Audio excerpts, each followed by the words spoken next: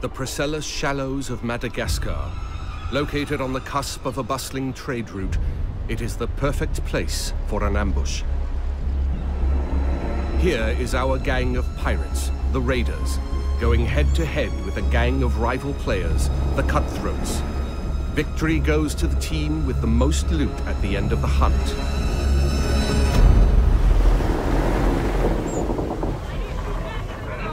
Are we ready for a hunt? Knowing how to sail with the wind is a pirate's most precious skill. Use the winds to increase your speed or to position yourself for tactical advantage in battle. To reap the most rewards, it is best to split up, some going inland, others keeping to the open sea. Each warship has unique strengths. The frigate's hull is reinforced, its arsenal equipped with numerous culverin cannons. The brigantine is devastating up close, with a battering ram designed to break any resistance. Set for top! Move! The sloop of war kills from afar, with its crippling long-ranged mortars and precise long 9 cannons. Sail! Flying hostile colors! All sail! Ride the wind! All hands on deck! Position fixed! Open fire! Nothing will save you now! Brace for impact! Woo! Drown, you soggy nutmegs! Don't let bloodlust cloud your purpose. You're here for the loot, and so are your rivals. Store the goods, then back to your stations. The team that escapes with the most loot claims victory.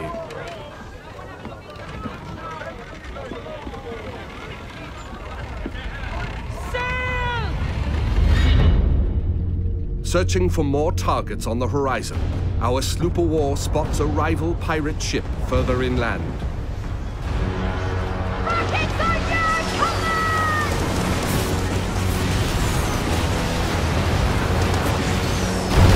Piracy man!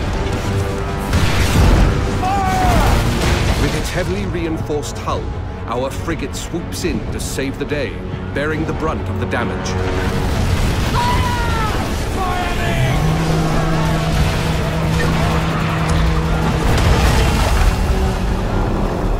Another day, another victim!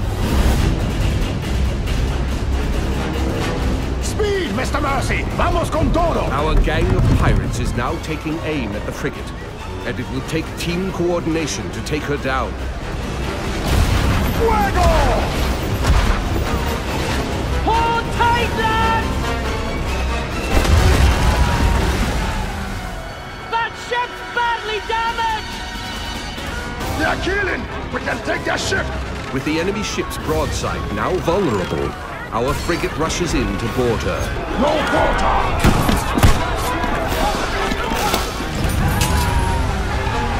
Taste of blackened silver! Fancy snorting some fish piss?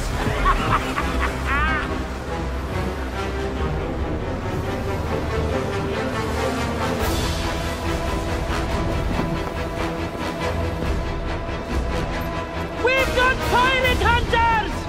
It's the rat fleet! Man over! Rockets away! Pirate hunters have been sent in, signaling the end of the hunt. They target the pirates with the most stolen loot. Time to make our escape, Captain, or we are good for the news! They're firing mortars! Full tilt, Silbo, full tilt! The pirate hunter defenses are so strong that the only option is escape. The brigantine is sacrificing herself to buy time for the frigate, who carries the most loot.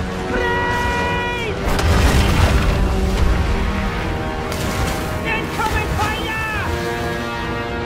The frigate now needs to make its escape through the reefs. Captain, let's make for the reefs! Successful pirates know when to run, with their hulls full and the wind at their backs.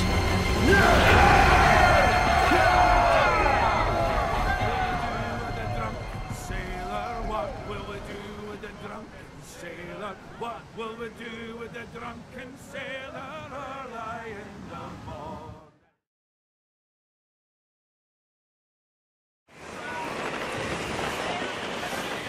There's a new pirate adventure on the horizon, Skull and Bones, and its port of origin is Ubisoft Singapore.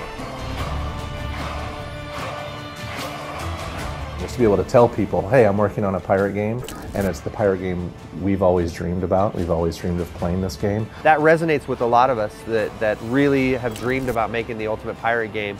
Nobody ever played pirate by themselves. While working on Black Flag, at the end of it, we tried to put two players together, and it was just amazing. Like that very simple experience, just two ships with those great cannons, all that firepower that you give to the player, and you blow everything. It was just super cool. We already knew that something great could come out of that. We're not making Black Flag 2.0, we're making our own game, but we really went to school on what we've done in the past. In this video, you'll learn what it takes to become a pirate kingpin, how you'll craft your fleet to aid your allies and loot your enemies, why the Indian Ocean is the true home of piracy, and how the team's experience and expertise from working on Assassin's Creed 4 Black Flag inspired them to embark on this ambitious new journey.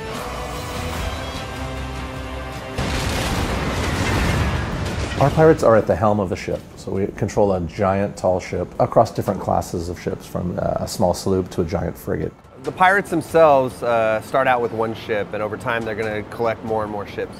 And that gives them lots of, like I said, play style options and ways to take on their enemies.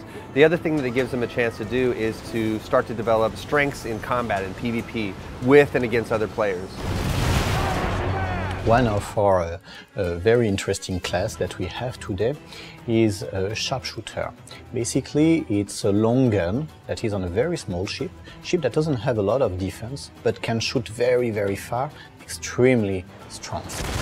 And we also have the frigate, which is able to basically sponge up damage. And it's very deadly when it gets its broadsides, zeroed in on its target. So our vision for our classes and our ship types is very similar to traditional RPG archetypes. So we want players to have a familiar system that they understand from playing other games and other genres. We want to give the players opportunities to have lots of these different ships, so I can, depending on my situation, switch between my ships to support my teammates or support my friends, or to betray my friend or betray my former ally. The combat that we wanted to bring was multi-dimensional, and one of the strong dimensions is the positioning.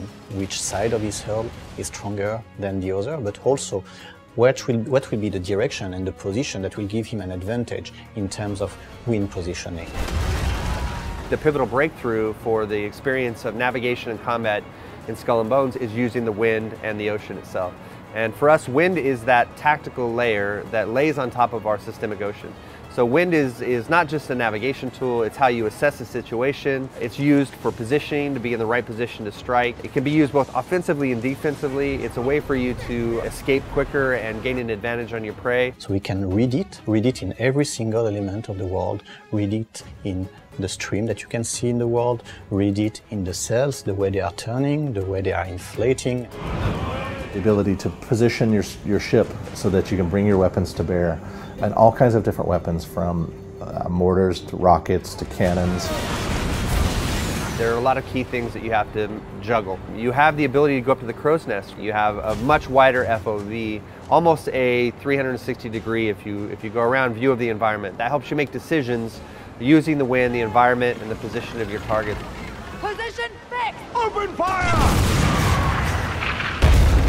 So when you're constantly learning the abilities of your ship, compounded by the weaknesses of your target, you're even able to become a more deadly predator.